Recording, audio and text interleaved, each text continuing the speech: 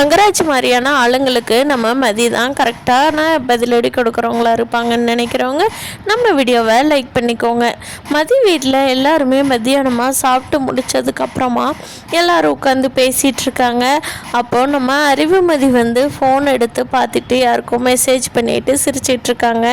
அதை பார்த்த தங்கராஜுக்கு பொருட்களையே என்னம்மா நீ மட்டும் என்ன பண்ணிகிட்ருக்க அப்படிங்கிறப்போ அந்த பொண்ணு சொல்கிறாங்க, ஃப்ரெண்டுக்கு தாங்க அப்படிங்கிறாங்க. என்ன ஃப்ரெண்டு, பாய் ஃப்ரெண்டா கேர்ள் ஃப்ரெண்டா அப்படிங்கும்போது அந்த பொண்ணு பாவம் எதுவுமே பேசாமல் பயந்துக்கிட்டு அமைதியாக பார்த்துட்ருக்காங்க. அப்போ அவர் போட்ட சத்தத்தில் எல்லாருமே வேகமாக எந்திரிச்சு நின்றுட்டாங்க. அப்போ அந்த பொண்ணுக்கிட்ட எங்கே ஃபோனை கூட நான் பார்க்கணும் அப்படிங்கிறாங்க. அந்த பொண்ணு ஃபோனா நீங்களா அப்படின்னு சொல்லிட்டு தயக்கமாயிட்டு ஃபோனை எடுத்து கை நீட்ட போகிறப்போ நம்ம மதி போய் நீ எதுக்கு அவர்கிட்ட ஃபோனை கொடுக்கணும், எங்கள் வீட்டு பொண்ணோட ஃபோனை நீங்கள் எதுக்கு வாங்கி பார்க்குறீங்க அப்படிங்கிறாங்க. அப்போது மதியோட அப்பா இருந்துக்கிட்டு ஏமா மதி பேசாமல் இருமா அப்படிங்கிறாங்க. அப்பா உங்ககிட்ட பாஸ் அப்படின்னா அவரோட ஆஃபீஸில் மட்டும் வச்சுக்க சொல்லுங்கள், நம்ம வீட்டில் இங்கே எல்லாத்துக்குமே அவர் தான் பாஸுங்கிற மாதிரி ரூல்ஸ் எல்லாம் இங்கே பேசக்கூடாது. அது அவரோட வீட்லேயும் அவரோட மாமனார் வீட்லேயும் அந்த பன்னாட்டெல்லாம் எடுபடும். இங்கே நம்ம வீட்டில் வந்தெல்லாம் இப்படி கேட்கக்கூடாது.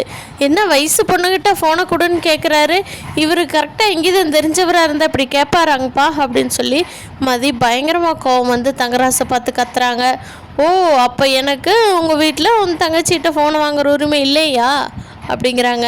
என்ன ராமமூர்த்தி சார், பொண்ணுக்கு ரொம்ப அழகாக சொல்லி கொடுத்து வளர்த்து வச்சுருக்கீங்க, பெரியவங்களை எப்படி மதிக்கணும் மரியாதை கொடுக்கணும்னு அப்படிங்கிறாங்க. அதுக்கு மதியோட அப்பா இருந்துட்டு சார் மன்னிச்சிருங்க சார், என் பொண்ணு ஏதோ தெரியாமல் கோவத்தில் பேசிட்டா சார், என்னை மன்னிச்சிருங்க சார் அப்படிங்கிறாங்க. அப்பா நீங்கள் எதுக்குப்பா அவரை கெஞ்சுறீங்க, அவர் செஞ்சது அவரோட தப்பு, நீங்கள் எதுக்கு அவரை கெஞ்சிட்ருக்கீங்க அப்படிங்கிறாங்க. மதி நீ சும்மா இருமதி அப்படின்னு சொல்லி அவங்க அப்பா தங்கராஜுக்கிட்ட பயங்கரமாக கெஞ்சிக்கிட்டு இருக்காங்க. தங்கராஜுக்கு மதி இப்படி சொல்லவும் பயங்கர கோமந்த ரேவதி வா வீட்டுக்கு போகலாம் அப்படின்னு சொல்லி ரேவதி இழுக்காத குறைய இழுத்துக்கிட்டு போயிடுறாரு. பெருசாகக்கூடாது அப்படிங்கிறதுனால யாரும் எதுவுமே பேசாமல் அமைதியாக நின்றுக்கிறாங்க. இங்கே பாக்யராஜும் மலருமே அடுத்து இவங்ககிட்ட எப்படி பேசுகிறது என்ன பண்ணுறதுன்னு தெரியாதனால நம்மளும் வீட்டுக்கு கிளம்புவோமா மலர், ஏன்பா சுரேஷ் போகலாமா அப்படின்னு பாக்யராஜ் கேட்குறப்போ சுரேஷுக்கும் அங்கே மதிக்கும் பயங்கரமாக ரெண்டு பேரும் முறைச்சி பார்த்துக்கிறாங்க. சுரேஷ் அப்போ தான் கேட்குறாரு, ஏன் எங்கள் மாமா இப்படி தான் ரெஸ்பெக்ட் இல்லாமல் நடத்துவியா, அவர் ஒரு பொண்ணோட நல்லதுக்கு தானே சொன்னார், ஏதாவது பாய் ஃப்ரெண்டு கூட ஏதாவது நம்ம வீட்டுக்கு தெரியாமல் இருந்ததுன்னா அதை கட் பண்ணி விடுறதுக்காகத்தானே அவர் கேட்குறாரு, அவரையே இப்படி ட்ரீட் பண்ணுற, நீ யாருக்குமே அடங்க மாட்டையா, அடங்காமையாவது திரிவியா அப்படின்னு சொல்லி சுரேஷ் கேட்கவும் மதிக்கு இன்னும் கோவம் வந்துடுது.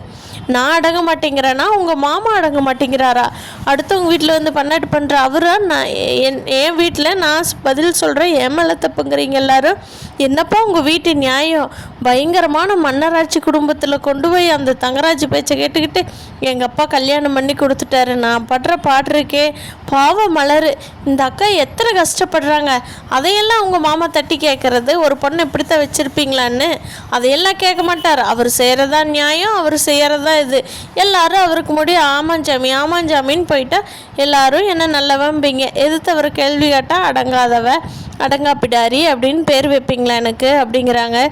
மதியை நம்ம மலர் அமைதி வைக்கிறாங்க. மதி பேசாமல் இரு, சுரேஷ் கூட சண்டை கட்டாத, உங்கள் அம்மா அப்பா என்ன நினைப்பாங்க அப்படின்னு யாருக்கும் கேட்காத மாதிரி பேசுகிறாங்க மலர். எல்லாத்தையும் அமைதி பண்ணி விட்டுறாங்க. அங்கே சுரேஷும் மதியம் எதுவும் பேசாமல் அமைதியாக நிற்கிறப்போ பாக்கியராஜ், அம்மா நாங்கள் வீட்டுக்கு போயிட்டு வரோம்மா, இன்னொரு நாள் வர்றோம்மா, ஸ்ருதிவா போல ராகவி கூட்டிக்கிட்டு அப்படின்னு சொல்லிட்டு எல்லாத்தையும் கூப்பிட்டு போயிட்டு வரோன்னு சொல்கிறதோட முடிச்சுட்டு கிளம்பிடுறாங்க. அப்போ சுரேஷும் அப்போ வரோன்ட்டு மட்டும்தான் சொல்கிறாரு, அதுவுமே பேசாத மாதிரி தான் வெளியே வந்துடுறாரு. ஸ்ருதி மதி மலர் எல்லாருமே தான் சொல்லிட்டு வர்றாங்க. நம்ம மலர் இருந்துக்கிட்டு மதி நீ எதுவும் தப்பாக நினச்சிக்காத, இப்போவே வீட்டுக்கு கிளம்புறேன்னு, சூழ்நிலை சரியில்லை மதி, நம்ம வீட்டுக்கு போயிடலாம் அப்படிங்கிறாங்க. சரிங்கக்கா போகலாம் அப்படிங்கிறாங்க. நான் வேணா இங்கே இருந்துட்டு வரட்டுமா அப்படிங்கிறாங்க மதி. இல்லை நீ வேண்டாம் வந்துரு மதி, நீ இங்கே இருந்தீன்னா இன்னும் பிரச்சனை பெருசாயிரும், நீ வா நம்ம வீட்டுக்கே போகலாம் அப்படின்னு சொல்லி மதி அவங்க அம்மா அப்பாட்ட சொல்லிவிட்டு மலர் வீட்டுக்கு கூட்டிகிட்டு போயிடுறாங்க. அங்கே போய் அவங்க அம்மா அப்பாலாம் எல்லாருமே ஃபேஸில் சிரிப்பியே காணாமே அப்படின்னு சொல்லி ராகவனும் லட்சுமியும் பார்த்துக்கிட்டு இருக்காங்க. அப்போ இவங்ககிட்ட கேட்குறாங்க, என்ன பாக்கியராஜ், சுரேஷ் விருந்தெல்லாம் முடிஞ்சதா, அதுக்குள்ளே வந்துட்டீங்க, பரவாயில்ல. ஆமாம், ஒரே ஒரு நேரம் தான் விருந்து போடுவாங்களோ, நைட்டெல்லாம் போட மாட்டாங்களோ, அதுக்கு என்ன உங்கள்கிட்ட காசு இல்லையா என்ன அப்படிங்கிறாங்க. அதுக்கு மதிக்கு பேசுறதுக்கு வாய் வருது. மலர் அமைதியாக்கிடுறாங்க. இல்லைம்மா, ஒரு நேரம் சாப்பிட்ட உடனே அப்புறம் கிளம்பி வந்துட்டோம். சுரேஷுக்கு வேலை இருக்குதுன்னதுனால அவன் அப்படியே போயிட்டான் போலீஸ் ஸ்டேஷனுக்கு. எனக்கு கொஞ்சம் வேலை இருக்குமா, அதனால் கிளம்பி வந்துட்டோம் அப்படிங்கிறாங்க. ஓ அப்படியாப்பா, சரி சரி சரி. மலர் வந்துட்டியா, நீ செஞ்சு வச்சுருந்த சாப்பாடெலாம் நல்லா இருந்தது மலர், சாப்பிட்டோம். ஆனால் என்ன, அந்த தொக்கில் மட்டும் கொஞ்சம் காரம் அதிகமாக போட்டேன். கொஞ்சம் இப்போ தான் சாப்பிட்டு முடித்தோம், வாயெல்லாம் ஒரு மாறு இருக்குதுன்னு நினச்சிட்டு இருந்தேன். கரெக்டாக வந்துட்டேன் மலர், போய் 2 காப்பி எடுத்து போட்டுக்கிட்டு வா மலர், உனக்கு எனக்கு மாமாவுக்குமே அப்படிங்கிறாங்க. இதை பார்த்த மலருக்கு ஷோ போக வரைக்கும் இங்கே வேலை செஞ்சுட்டு போனோம். போய் ஒரு மணி நேரம் தான் நம்ம அமைதியாக ரெஸ்ட் எடுத்துகிட்டு வந்தது.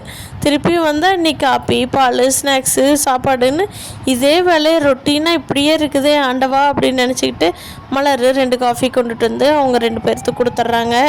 எல்லா வேலையும் முடிச்சுட்டு மலர் போய் படுக்கிறப்போ, என் பாக்கியராஜ் எனக்கு பயங்கரமாக கால் வலிக்குது பாக்கியராஜ், கால் அமுத்தி விடுறியா அப்படிங்கிறாங்க.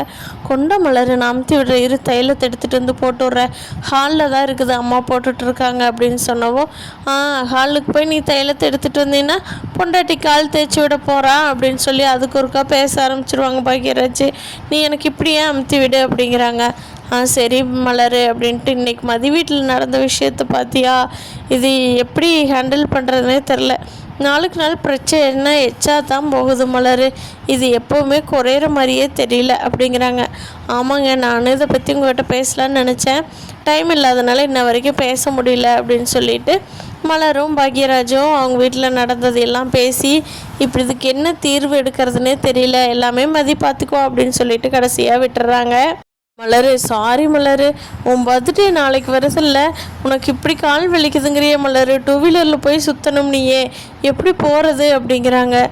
ஆமாம் பாக்கியராஜ், நான் தான் அன்றைக்கே சொன்னேன்ல, அது நடக்காது. நான் ஒரு சின்ன விஷயந்தான் ஆசைப்படுவேன், 10 ரூபாங்க கூட அதுக்கு செலவு வராது. ஆனால் அந்த விஷயம் நடக்கவே நடக்காது.